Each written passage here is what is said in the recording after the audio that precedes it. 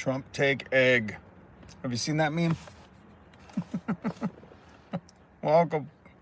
Welcome to the live stream. Welcome to the live stream.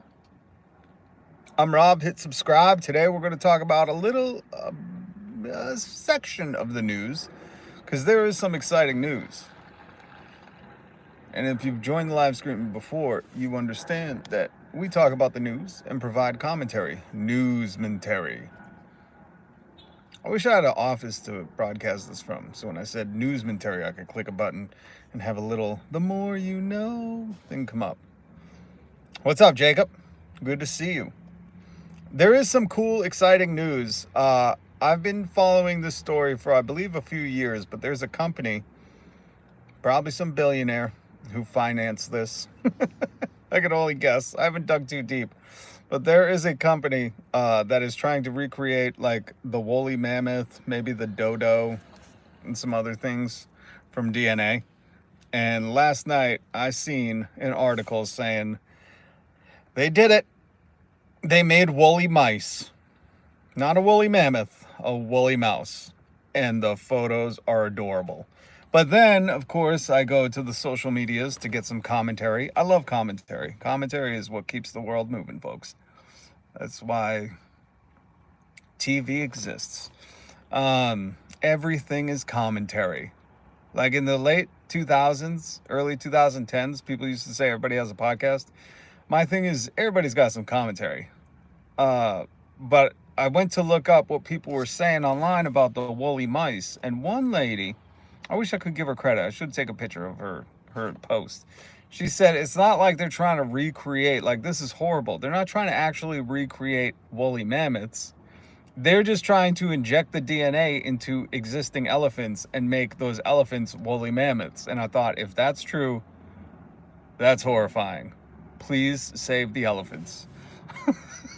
So I hope that's not true. I hope they're trying to, what would they do though? From the ground up? Are they going to hatch them in eggs like in Jurassic Park? I don't know. I don't think elephants hatch from eggs.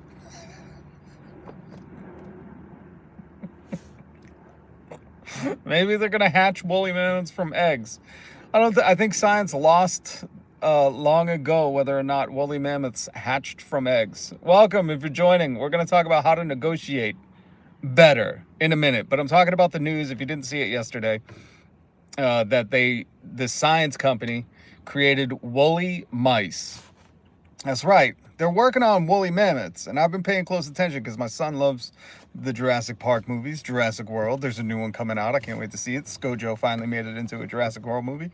And then I seen someone online saying they're not actually going to create woolly mammoths. They're just going to inject the woolly mammoth DNA, the genes, into already existing elephants to make them woolly elephants. And I don't know how true that is because I didn't research it. I ain't got time for that. I wasn't really planning to go too deep into this, but I thought that might be horrifying. There's probably somebody out there smarter at science than I going, we shouldn't do that because of this. But gosh damn, if they opened up a park where you could go see a woolly mammoth, I couldn't afford it, but in my mind, I would love to go there.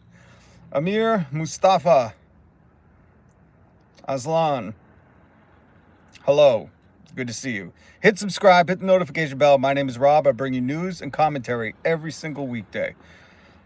Come on, hit subscribe. Hi, I'm new. What's up, Wyatt Wilson? Yo, Amy Philibur. I like that name, Amir, Mustafa, Aslan. What kind of name is that? I like it. That's a cool one.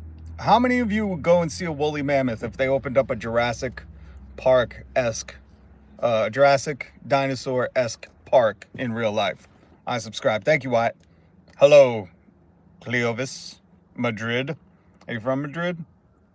I don't know. I mean, I would love to go, but all the Jurassic Park movies seem like an ominous warning, you know? But what kind of damage could a woolly mammoth do? It ain't like having a T-Rex, but believe you me, that's probably next on the agenda. They're like, first we do the woolly mammoth, we slowly Jurassic Park with elephants. Welcome to Elephant Park. Republic of Panama. Panama. Subscribe. Thank you, Jacob. Me for president. Oh, come on. We couldn't do me for president. I would give everybody free health care. I would make sure there was a universal basic income. I would make all the robots that they're trying to sell to you do the work. And we would just be able to write art, write stories, and paint. Hello, Snake 30. It's a warning. I believe you, Jason. And I think Jurassic World and the Jurassic Park movies is an ominous warning to not tinker with genetics. Hit subscribe, hit the notification bell. We do news commentary here. But today I want to listen. There's a reason I want to talk about how to negotiate better. It's not just because I spent 20 years in radio and I lived and died by a contract. And the worst part about it is that for a contract, whatever the duration is, 3, 5 years, 1 year, you have to live with whatever you negotiated for that period of time. So we're going to talk about that in a minute. But yeah, this science company that's creating woolly mice. Oh, and by the way, if you're new here, everything I plan on talking about, I link down below. Oh, thank you, Stitch Lover. Thank you.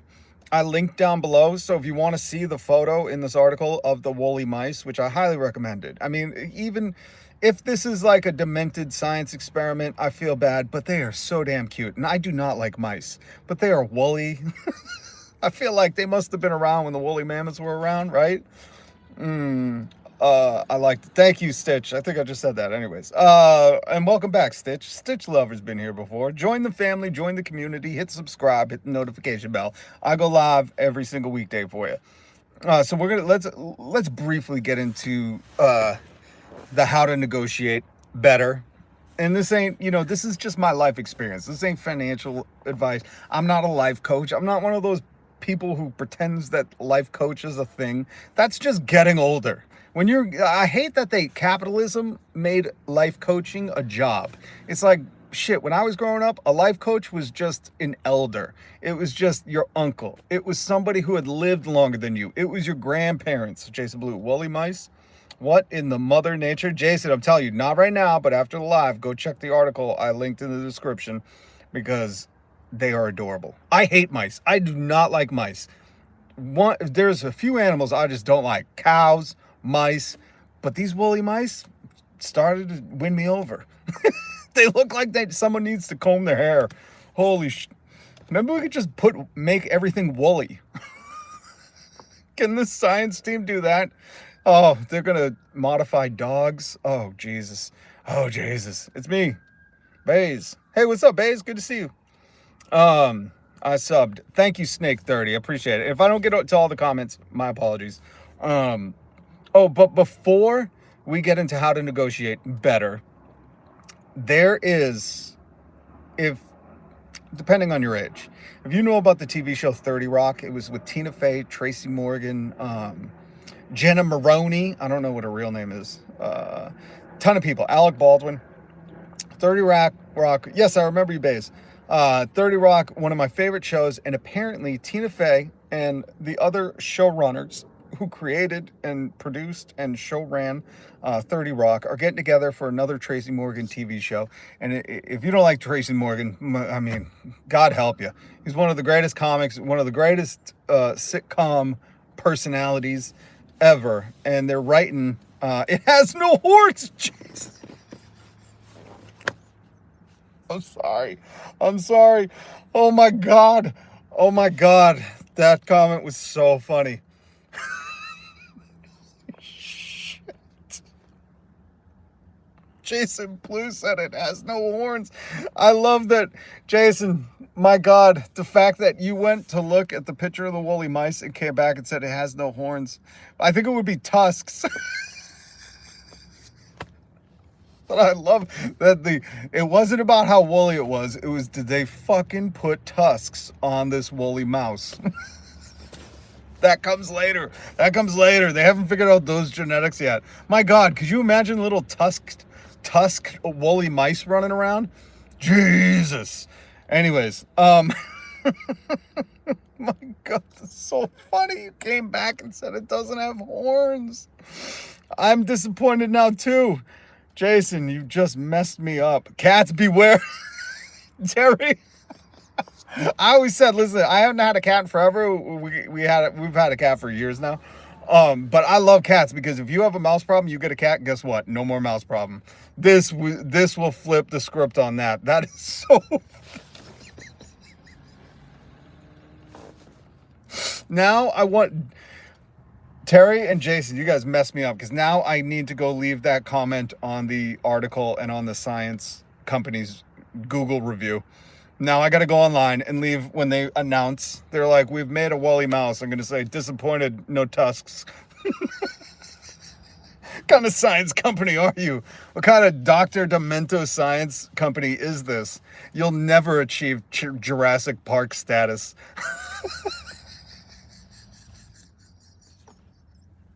They're evolved. They've learned to open the doors.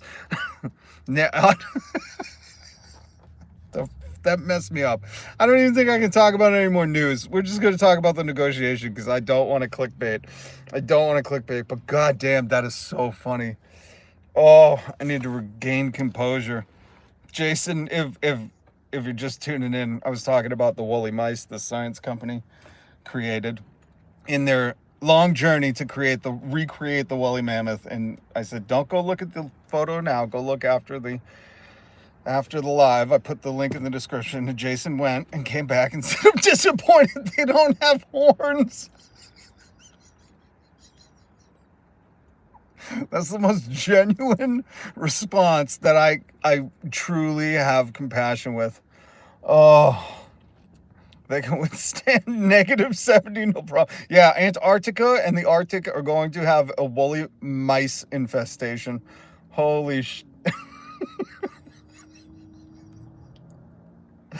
Anyways, so let's briefly talk about how to negotiate better. And the only reason I'm going over this is because I find myself more and more people, if you're going for a raise or you're going for a new job or if you're going for something, I think this is really important. And I just have life experience on it. I'm not a financial advisor. I'm not an economist. I'm not a life coach. I hate that capitalism turned something that you just maturity imbued you with, like living longer, usually imbued you with better knowledge to coach people in their life. And capitalism is like, hey, let's make that a job for 20-year-old girls on Instagram. Like the dumbest thing ever. If anybody tries to sell you life coach courses, send the woolly mice after them, the tusked ones. But here's some key things that if you're going for anything, a new job, I mean, it doesn't even have to be financially. But this is for negotiating in general. There's a few different rules, okay? And one, because, and these might sound basic, these might sound so dumb, but I want to leave a living record that I at least tried to help people, okay? Because this is vital. And so many people will go, oh, I know that, but they don't implement it. So number one is practice. Before you go to the negotiation, I don't care if you took notes. I don't care if you went over it in your head.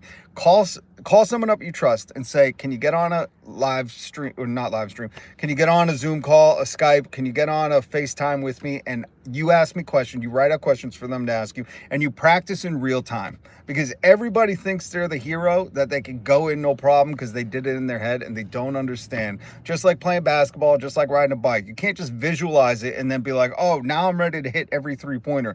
You have to physically practice. You have to, number one, get fired. Number one, get fired at all costs. And then you're going to have to negotiate for that job back. Brilliant. Love it.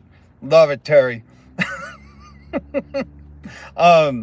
So practice. That is the most important thing, because what you're going to learn when you're negotiating with somebody, like a fake negotiation, when you have one of your friends, your family, what you're going to learn is your mistakes. They're going to be glaring for you. And the thing is if you wait until the real negotiation to display those errors, those tics, those nervous things, those mistakes, you're fucked. You're done. You're going to be done. You're toast. They're going to smell blood in the water and come for you. So make sure you practice.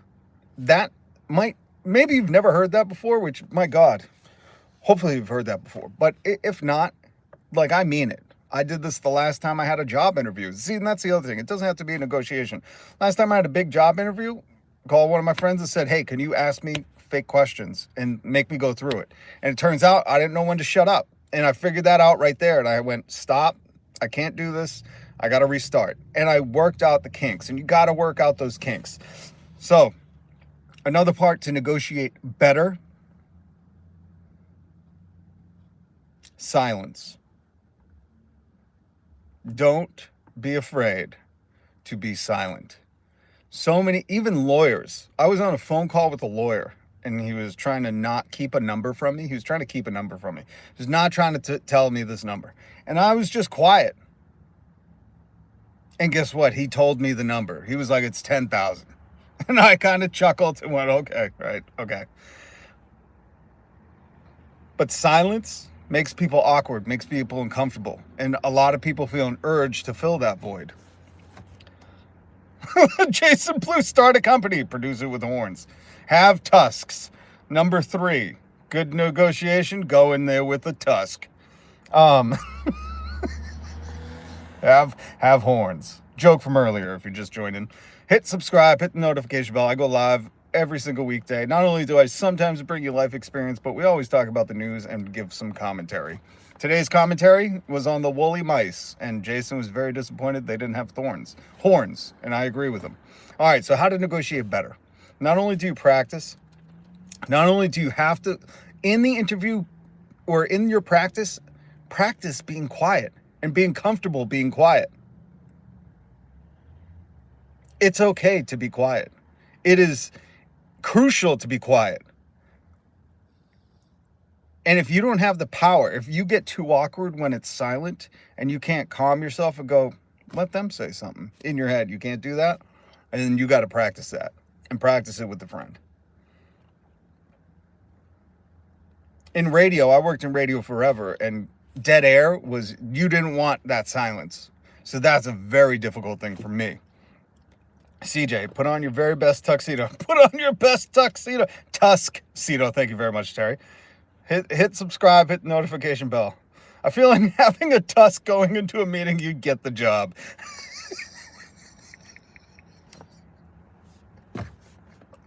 They're like, how did you get those? You were like, I was helping make woolly mice and injected myself with a little DNA. Hit subscribe, hit the notification bell. I'm Rob. We do live news commentary every weekday, but we also sometimes wander off and do some life advice. And this is just my life experience. I ain't no life coach. I don't believe in that. Now, there's a couple other things that I feel like are so basic, but I need to go over them. I need to leave a living testament, a living will and testament of these things. I feel like too many people say they know them, but they don't execute them. So practice, be okay with being quiet.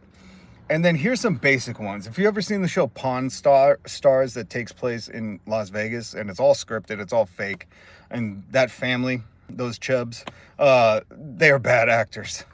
And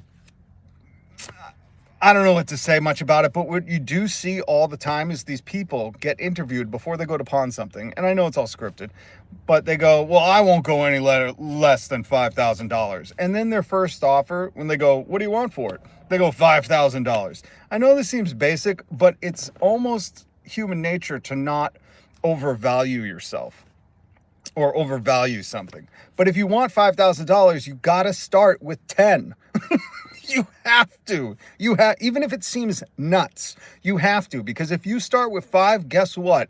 No negotiation ever in the history of negotiating, that's why it's called a negotiation, it's not called an agreement, starts with the number you want. So please, my Jesus Lord, help these folks. Help me, Lord. Imbue me with the power. You'd never, ever give them your number. And here's a trick to do that. This is what I try to help teach people when they come to me, because I have friends and family that will come to me and ask me for advice, because I've been in negotiations and they suck. And I was young and I was a little more wild and a little reckless. I've emailed people saying I need 200 grand to do this job. I work with a dude. I work with a grown man older than me who throws tantrums every day and he yells at me and can't explain himself with words. And I've said, give me 200,000. And I mean, I went about things wrong. So again, this is my life experience. 200,000. Sorry. This is my life experience. If you want to be able to go in with a higher number, make yourself into a character. Go in as an actor, an actress. Say, this is the role. I'm going in as my own negotiator. I am no longer me, and I am going in acting as yada, yada, yada. Make up a character. Make something up. Because the people on the other side of that table have no allegiance to the money they're negotiating for. They just know their bottom line. They just know what they've been told, and they're going in no personal effect, no personal allegiance to their negotiation, and it gives them the upper hand. So what you need to do is you go in as an actor. You go in as your representation of what you need to acquire.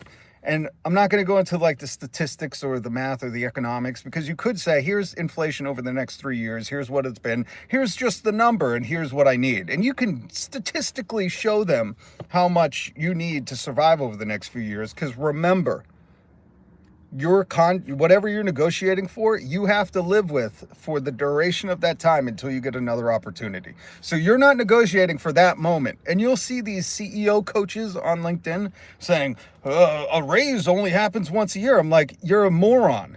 You could tell how much you care or appreciate or respect a raise, because a raise might happen once a year, but you have to live off of that one thing you did that one time a year for the next year, 2 years, 3 years, depending on how long your contract is. So you have to consider that. So you're not negotiating for, you're negotiating until you get the next opportunity. So if you under negotiated, in 3 years time, you're going to go, shit, my contract didn't go up. Well, so maybe that's too basic. I don't know. Maybe you're not in a contract. See, I had contracts, so every year there would be a raise in money. But nobody sat me down and taught me this. I'm so McDonald's. I hate my life, but it tastes so good. God bless you, Scabs. Jason Blue, bring the blood. The Christ in the pawn shop. The blood of Christ. I have brought you the blood of Christ. Bye, Stitch Lover. My dad said, know your worth. I have a pin. My mom had a pin. That when she died, I took that pin. It says, know your worth. I love it. And that's the thing. A lot of people don't know their worth, or if they know their worth, they'll blurt that out right away. Silence is key. But even if you think your worth is 80 grand a year, you go in saying 110. And if you're uncomfortable doing that, then you go in and you pretend to just be your own agent. So you can. You say, I'm thinking 110. And they go, that's way out of our budget. You go, well, tell me what you're thinking. And when they go 78, you go, I can't drop that low, but I'll come down to 85. And they go, that's still, and you go 82, and you get them there. You get them there. You get them there. So practice. Be okay with silence. Never give them your first number. I feel like these are all basic things, but again, it all goes back to number one. You need to practice this. You need to have a friend help you. And this goes for job interviews. This goes for anything big. Practice, practice, practice makes better, man. And then another thing that I feel like I just dealt with this today. Someone I work with said, I negotiated when I started working here, and they said they would give me $17 an hour as opposed to the $15, $25, or $16, whatever it is. The measly sum that you can't save up for anything, and all you can do is get gas and food to go to work. And she said, and then when I started, I didn't check my paycheck. I thought because they said yes that I got that. And she said, I just found out I'm not making that, even though they agreed to it. And I said, always get it in writing. You can't hold anybody to their word, especially in today's culture. Everybody's word means nothing. Crime is legal. They could say what they want. They could flip-flop. They could backstab. It doesn't matter. And how do you do that? Another friend I shared with, I said, if they say something to you in a negotiation and they agree upon a certain number, as soon as you're done, you follow up with an email and say, hey, it was great talking with you. I just wanted to confirm that we both agreed on this, and word it differently. I'm giving you the short version, but always get stuff in writing. And today's technology with texts and emails, or, whatever form you use, you can just ask for a confirmation, a follow-up, and confirm it through that. And that is their writing. As soon as they write you back and say, yep, sounds great, you've got it in writing. You can hold them to something. Not saying it will work, but yes, CJ, always getting in writing. But at least you have your proof. You never wanted a he said, she said. I forget what they call that in court. But it ain't going to make the reasonable doubt for you win your case, okay? So never, ever. If they agree to something, you always go, okay, let's follow up in an email on that agreement, and you be good. Those are I'm trying to think. There's more stuff, but those are the biggest things that I keep. Like, I'll be talking to random people and they'll share something like that. Like today, she was like, I thought I was getting 17. I just checked my paycheck, found out, and she's been working here for months. And I was like, that's cold, man. I was like, did you follow up in an email or something? She's like, no. And I was like, always getting it writing. Because if you go back to them and they'll go, oh, yeah, I know we said that, but we couldn't. And it's like, then you have no recourse. But in an email, if they say, yes, we agree to that, guess what? Then you got some kind of recourse and you can go higher up. And most likely these corporations, not a lot of time they care. But it's just good practice. And again, it's always about practice. So those are really, really, really key things. Put yourself into a different mode. It's hard for people to say, you know, I want this much money, because we've been conditioned in the culture as working people to undervalue ourselves.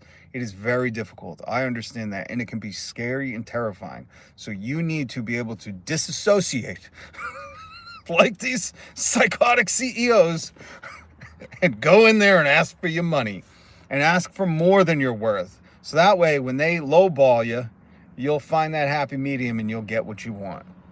Please, I implore you. These are things that I've lived by. I've given to other people. I've shared before, but I just needed to implore that because I keep encountering people going through this stuff, and I said, man, I just wish they would reach out to me. I can prep you. I can practice with you. I can give you tactics, techniques, things to say. The wording, the language is so important in a negotiation, folks. And they will pounce and they will take air. That's why companies negotiate. They want to get you for the lowest possible dollar they can.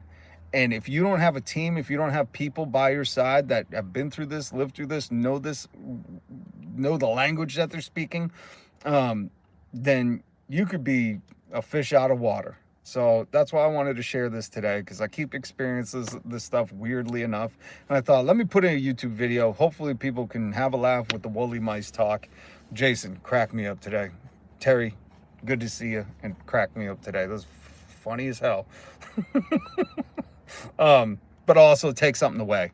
You know, I got to leave something where people can take it away and go, damn, this, you know, I need to do that. I got a negotiation coming up. I got a job interview coming up. Let me reach out to family, friend, somebody, and have them practice with me.